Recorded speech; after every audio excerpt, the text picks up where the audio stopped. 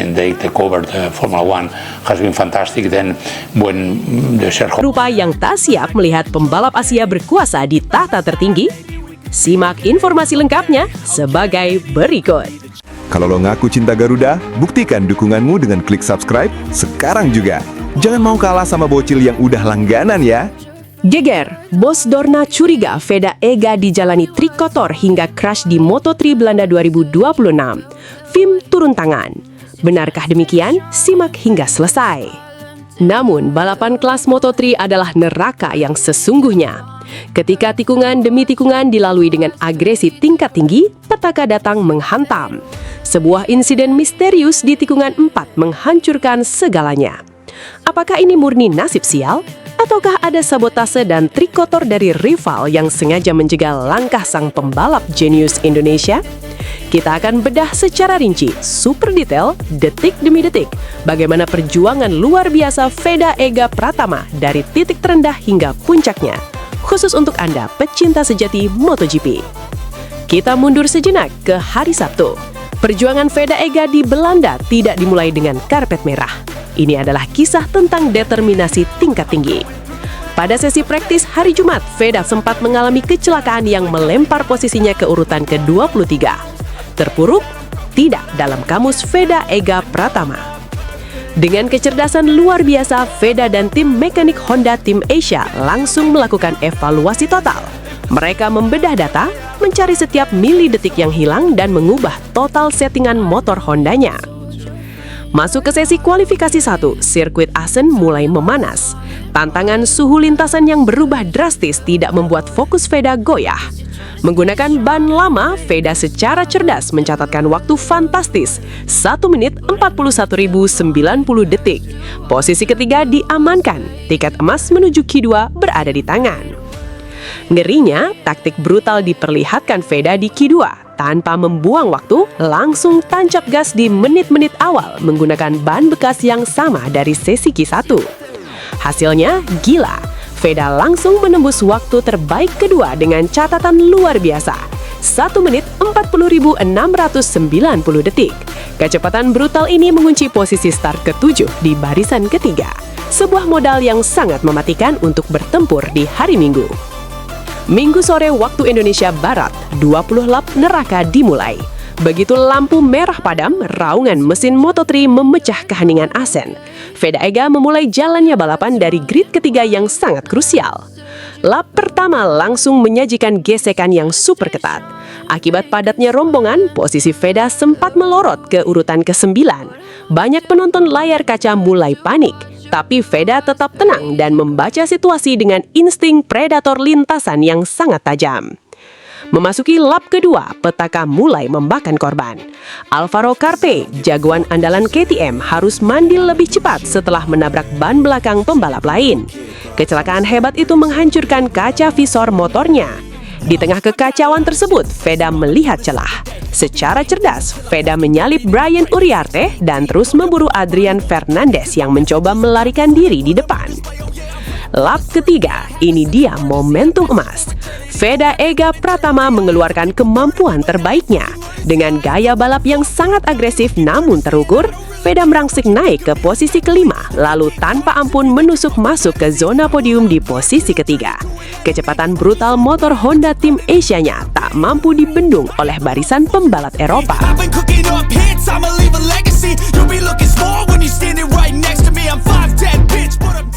Ini adalah momen yang membuat bulu kuduk merinding. Lap keempat menjadi saksi bisu kehebatan rider muda Indonesia. Di depan Veda, hanya ada Maximo Quiles dan David Almanza, dua pembalap yang diunggulkan di kelasnya. Veda tidak gentar. Dia melepaskan manuver maut, memberikan tekanan psikologis yang luar biasa kepada Maximo Quiles. Berkali-kali mencoba, akhirnya, boom! Quiles berhasil ditekuk. Posisi kedua direbut. Tidak puas sampai di situ, Veda langsung mengincar sang pemimpin balapan, David Almanza. Duel 1 lawan 1, roda demi roda, fairing bertemu fairing terjadi dengan sangat sengit. Veda secara spektakuler sempat mengambil alih posisi terdepan. Veda Ega Pratama memimpin balapan Moto3 Belanda di P1. Meskipun Almansa langsung membalas di chicane tikungan terakhir untuk merebut kembali posisi pertama, momen ini membuktikan satu hal. Veda Ega Pratama adalah rider berbahaya yang memiliki kapasitas untuk menjadi juara dunia. Namun, situasi berbalik menjadi mimpi buruk memasuki lap ke-6 dan ke-7. Persaingan di rombongan depan semakin tidak masuk akal, rapat, padat, dan sangat beresiko. Rival asal Malaysia, Hakim Danish bersama Maximo Quiles kembali bergabung di grup depan dan mulai bermain agresif. Posisi Veda perlahan turun ke urutan keempat. Disinilah intrik tajam terjadi. Muncul indikasi kuat bahwa Veda terus diesengin dan ditekan secara tidak adil oleh Adrian Fernandez. Kontak fisik tak terhindarkan. Akibat dipepet secara brutal oleh dua rider di sisi kanan dan kiri, momentum emas Veda seketika hilang. Gangguan psikologis dan tekanan konstan ini diduga membuat emosi dan konsentrasi Veda mulai terpecah. Posisi Veda langsung drop drastis ke urutan ke-10 di akhir lap ke-7. Dan akhirnya, petaka itu datang. Lap ke-8, tikungan 4 sirkuit TT Asen. Crash! Motor Veda tergelincir hebat. Tubuhnya terhempas ke gravel. Seluruh fans MotoGP di Indonesia terdiam, shock. Bahkan ada yang langsung mematikan televisi karena tidak kuat melihat pembalap andalannya terjatuh. Veda dengan mental baja sebenarnya sempat bangkit, mendirikan motornya dan melanjutkan balapan dari posisi ke-20. Namun, kerusakan pada motor akibat benturan keras tidak bisa dibohongi. Satu lap kemudian, dengan berat hati, Veda terpaksa masuk ke pit dan menyudahi perjuangannya. Did not finish. A New Year's light, a chance to dream. Insiden jatuhnya Veda ini bukanlah kecelakaan biasa. Skala kekacauan di Asen hari ini sangat masif, sampai-sampai bos besar Dorna angkat bicara. Dalam pernyataannya, bos Dorna mengakui ketegangan luar biasa di kelas Moto3 hari ini, di mana banyak pembalap andalan bertumbangan. Bahkan secara khusus, bos Dorna menyoroti Veda Ega Pratama yang tampil luar biasa sejak awal lap dan mampu memimpin di P1. Bos Dorna menyatakan, sayang sekali karena pertarungan yang sangat sengit dan dekat sekali jaraknya, Veda akhirnya crash di tikungan. Entah ini sebelumnya ada yang menyabotase, menyenggol Veda atau tidak, karena terlihat kurang jelas di kamera. Biarkan FIM bergerak mengevaluasi dan meninjau ulang apa yang terjadi di lintasan. Dan semoga ke depannya lintasan Belanda ini diperlebar lagi. Ini adalah sinyal kuat. Tindakan kotor para rival yang sengaja bermain di luar batas harus segera diusut tuntas oleh FIM MotoGP. Mengapa sampai ada 4 hingga 5 pembalap top yang harus crash di area yang sama? Mengapa Adrian Fernandez yang terlihat jelas mencegal pergerakan Veda sebelum insiden tidak mendapat investigasi instan? Para rival Eropa tampaknya tidak siap melihat seorang pembalap muda dari Asia mengacak-ngacak tahta mereka. Bahkan, rival-rival terdekat seperti Brian Uriarte dari KTM dan Hakim Danish dari Malaysia yang sempat di depan pada akhirnya harus puas finish melorot di posisi ke-9 dan ke-10 karena sulitnya menaklukkan Asen. Ini membuktikan bahwa lintasan ini memang kejam dan Veda hanya kurang beruntung hari ini. Ingatlah satu hal, ini adalah tahun pertama Veda di kancah dunia. Apa yang dialami Veda hari ini adalah bagian dari proses pembentukan seorang legenda. Bahkan nama-nama besar seperti Valentino Rossi hingga Dani Pedrosa pun pernah melewati masa-masa pahit dan ketidakberuntungan seperti ini di awal karier mereka. Bagi kalian yang sempat kecewa dan langsung mematikan TV, mari kembali rapatkan barisan. Fans sejati tidak akan berbalik arah saat pembalapnya jatuh. Sekarang adalah waktunya kita memberikan dukungan moral terbesar dan doa terbaik agar pembalap kebanggaan Indonesia ini bisa bangkit total di sirkuit berikutnya 2 minggu lagi.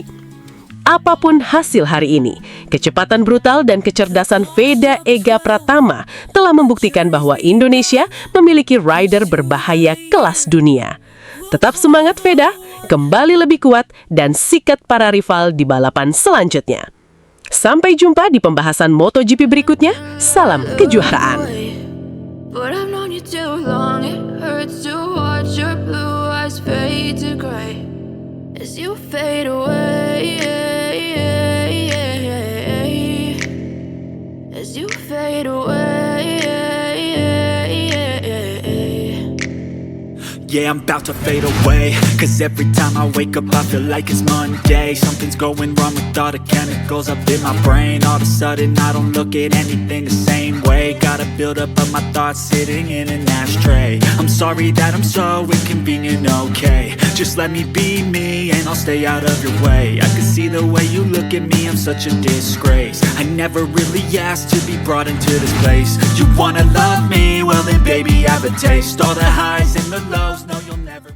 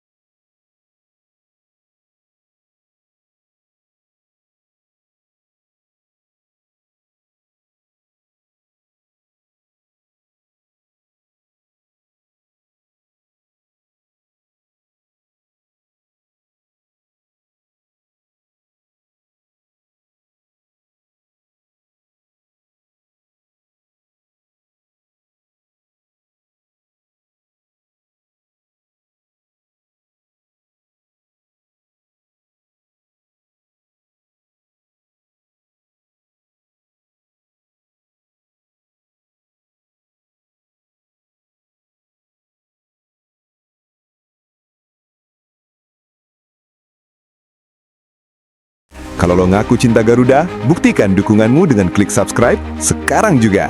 Jangan mau kalah sama bocil yang udah langganan ya. From Honda and like mechanics and engineers since the time I was riding in. Sempat dihujat habis-habisan oleh fans FOMO akibat hancur lebur dan mengalami crash di posisi ke-23 saat sesi latihan Jumat. Pembalap ajaib berusia 17 tahun asal Gunung Kidul ini langsung meledakkan balasan yang super cerdas di sesi kualifikasi Sabtu ini. Dengan kecepatan brutal dan taktik jenius yang sampai membuat Dani Pedrosa melongo kebingungan, Veda sukses mengamankan posisi start ke-7. Wah, wah, wah. Bukan cuma membungkam para pengkritik, kebangkitan dramatis Veda ini sekaligus memberikan tamparan keras bagi rival bebuyutannya asal Malaysia, Hakim Danish, yang terpuruk frustasi di peringkat ke-16. Berada di baris ketiga sirkuit tipe flowing yang sangat cocok untuk karakter motor Honda, Veda kini siap mengamuk demi mengamankan podium tertinggi di hari Minggu besok. Bagaimana rincian pertempuran sengit Veda melawan murid Marc Marquez di detik-detik akhir dan seberapa hancur mental para rival yang sempat meremehkannya? Simak informasi lengkapnya sebagai berikut. Kalau lo ngaku cinta Garuda, buktikan dukunganmu dengan klik subscribe sekarang juga. Jangan mau kalah sama bocil yang udah langganan ya. Aksi balas dendam paling epik. Sengaja mengalah di latihan, Veda Ega malah bikin geger kualifikasi Moto3 Belanda 2026 hari Sabtu ini. Benarkah demikian? Simak hingga selesai. Kalian semua yang mengaku pecinta MotoGP sejati pasti tahu, Asen tidak pernah ramah pada pembalap amatir. Lintasan ini menuntut corner speed brutal, konsistensi tingkat dewa, dan nyali sebesar baja di setiap tikungan panjangnya yang saling menyambung. Namun apa yang terjadi di sesi kualifikasi Moto3 Belanda 2026 hari Sabtu ini? Seluruh isi padok Eropa dibuat gemetar, pengamat dibuat melongo, dan para rival dipaksa menelan ludah mereka sendiri. Veda Ega Pratama Rider berbahaya berumur 17 tahun asal Gunung Kidul, Yogyakarta, sukses mengamankan posisi start ke-7 untuk balapan hari Minggu besok. Kelihatannya biasa saja, P7? Tunggu dulu, jangan menjadi fans karbitan yang hanya melihat hasil akhir tanpa tahu proses berdarah-darah di baliknya. Ini adalah sebuah mahakarya taktik yang sangat cerdas, sebuah aksi pembalikan situasi paling epik yang menghancurkan kesombongan pembalap tetangga, sekaligus membuat bos-bos pabrikan raksasa Eropa garuk-garuk kepala tidak mengerti. Mari kita bedah secara rinci, satu persatu, dari mana semua keajaiban ini bermula. Kita harus mundur ke hari Jumat saat sesi praktis atau latihan resmi digelar. Pada hari Jumat, suasana mencekam menyelimuti garasi Honda Tim Asia. Veda terlempar jauh, hancur lebur di posisi ke-23. Ya, kalian tidak salah dengar, urutan ke-23 dari bawah. Veda sempat mengalami crash atau kecelakaan parah di awal sesi siang itu, yang membuatnya kehilangan banyak waktu berharga di lintasan. Seketika itu juga, media sosial langsung meledak. Para fans FOMO, netizen karbitan yang minim analisis langsung menghujat dan meremehkan kapasitas Veda di kelas dunia. Mereka mencibir, mengira karier bocah ajaib ini sudah habis di Belanda. Bahkan, para rival dari kubu KTM secara terang-terangan menertawakan posisi Veda yang merosot tajam. Tapi, apa kata sang legenda hidup MotoGP, Dani Pedrosa? Komentar Pedrosa benar-benar membuka mata dunia. Sampai tak habis pikir, Dani Pedrosa menegaskan bahwa teka-teki performa Veda ini sangat sulit ditebak karena kecerdasannya yang luar biasa. Dani Pedrosa secara mengejutkan berujar, "Benarkan apa kata saya? Veda itu menipu semua padok Belanda. Di hari pertama, hari Jumat, dia begitu sengaja mengalah di posisi paling belakang, membiarkan hujatan dari para fans FOMO karbitan keluar, bahkan rival dari KTM menertawakannya. Tapi faktanya di hari Sabtu, Veda menjawab semuanya dengan performa luar biasa. Dia bangkit dari kecelakaan, lolos dari Q1, dan di Q2 bisa mendapat posisi start P7 yang sangat baik. Saya yakin besok ketika race Minggu dimulai, semua mata akan tertuju pada Veda dan Maximo Quiles. Padok dibuat terdiam melihat tingkah cerdasnya." Bukan hanya Dani Pedrosa yang dibuat takjub, bos besar pabrikan KTM sampai geleng-geleng kepala dan mengakui ketakutannya secara jujur. Bos KTM mengungkapkan keheranannya. Kok bisa? Veda kemarin padahal paling belakang dan buruk selama sesi FP1 bahkan sempat crash. Tapi bisa-bisanya langsung mendapat start bagus di P7. Apakah ini sebuah kehancuran pembalap kami? Saya penasaran sekali dan dibuat bingung kemain. Meskipun Brian Uriarte kami bisa P1 di sesi FP, kenyataannya pembalap kami kaos di bawah kepungan Honda Tim Asia saat kualifikasi. Saya malu, tapi saya akui Veda hebat. Karena kendala di sesi latihan, Veda terpaksa harus merangkak dari kualifikasi 1 Q1. Zona eliminasi kejam di mana hanya ada 4 tiket tersisa untuk lolos ke Q2. Baru berjalan 5 menit, bendera kuning langsung berkibar di tikungan kelima akibat rider Afrika Selatan, Ruche Modly mengalami kecelakaan hebat. Di tengah situasi mencekam itu, Veda Ega Pratama langsung mengeluarkan kecepatan brutalnya. Mengendarai motor nomor 9, Veda langsung mengukir waktu lap fantastis 1 menit 41,170 detik, menggeser Joel Esteban dan unggul 0,133 detik dari Valentin Perone.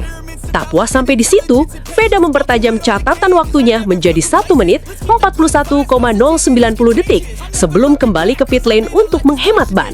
Di menit-menit akhir, persaingan run kedua memuncak. Scott Ogden sempat menggeser Veda ke urutan 2 dengan waktu 1 menit 41,087 detik, disusul putaran sempurna Casey O'Gorman di detik terakhir yang merebut posisi puncak dengan 1 menit 41,051 detik. Meski merolot ke posisi ketiga, misi utama tuntas sempurna. Veda cerdas mengamankan tiket emas lolos ke Q2. Masuk ke Q2, perang terbuka 18 pembalap tercepat dunia dimulai. Begitu sesi dibuka, Veda langsung melesat masuk ke trek. Pada percobaan pertama, hasilnya langsung membuat merinding. Veda menembus urutan kedua dengan gap tipis 0,131 detik dari Joel Kelso yang memimpin di waktu 1 menit 40,559 detik. Kecepatan brutal Veda bahkan sempat membuat murid Marc Marquez, Maximo Quiles, frustrasi di posisi kelima. Saat sesi menyisakan 6 menit, Veda kembali masuk lintasan untuk melakukan run kedua. Sayangnya, setelah tampil menjanjikan di sektor 1 dan 2, Veda sempat melebar di sektor 3 sehingga kehilangan momentum emas untuk mengonversi putaran menjadi pole position. Di menit-menit akhir yang krusial, drama memuncak. Brian Uriarte sempat menyodok ke posisi pertama sebelum akhirnya Maximo Quiles meledak dengan catatan waktu terbaik 1 menit 40,130 detik untuk merebut pole position. Akibat time attack gila di detik terakhir ini, Veda tergeser oleh Morelli, Cruces, dan Almanza.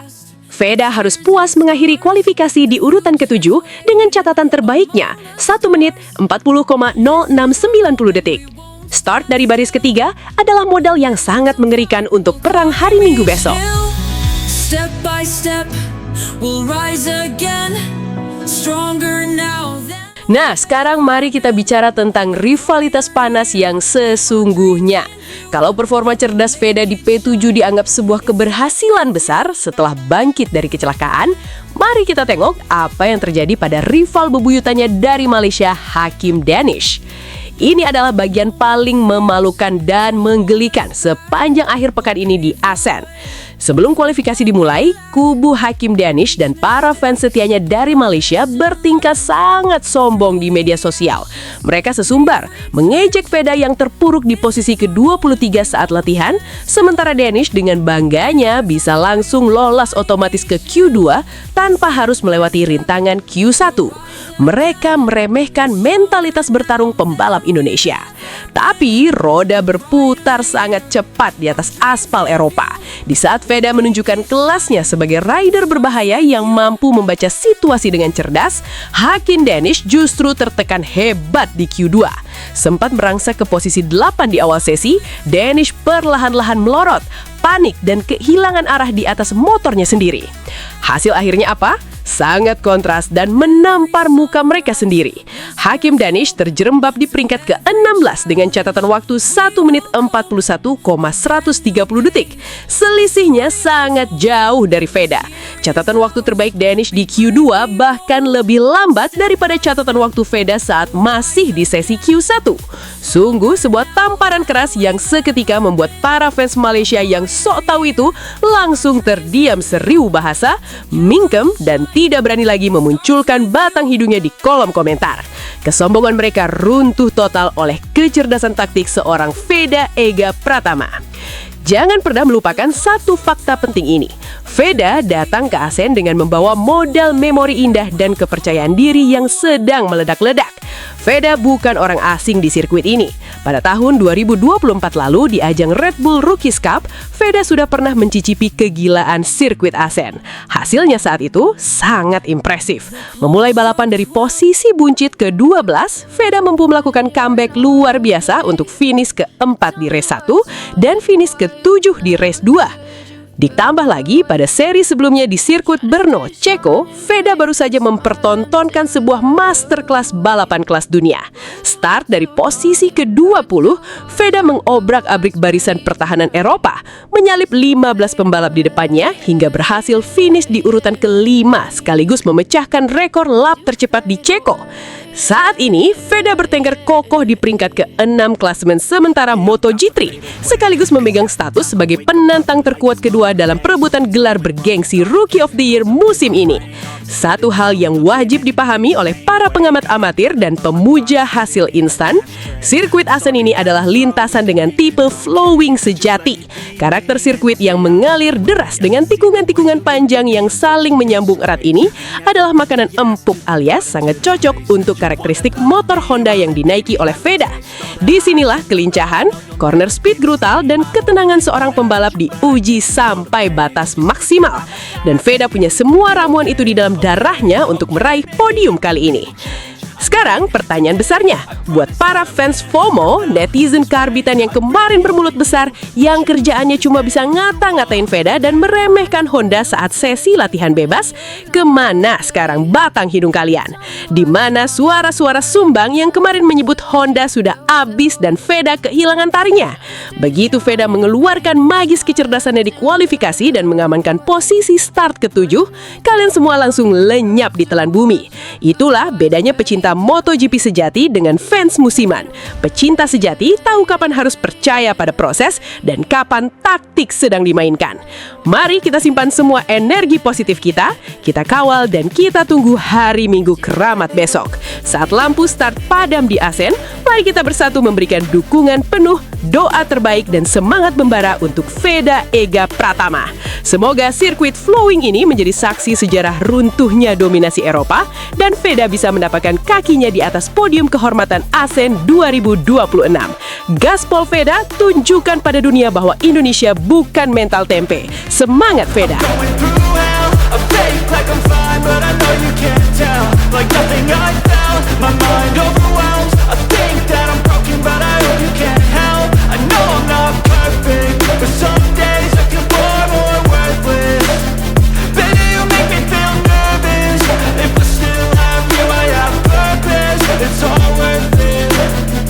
I know you told your friend you're not okay, and tell me what's wrong and why you never said you felt that way. I guess you're trying to stay strong and fake a smile until I look away, but I've known you too long.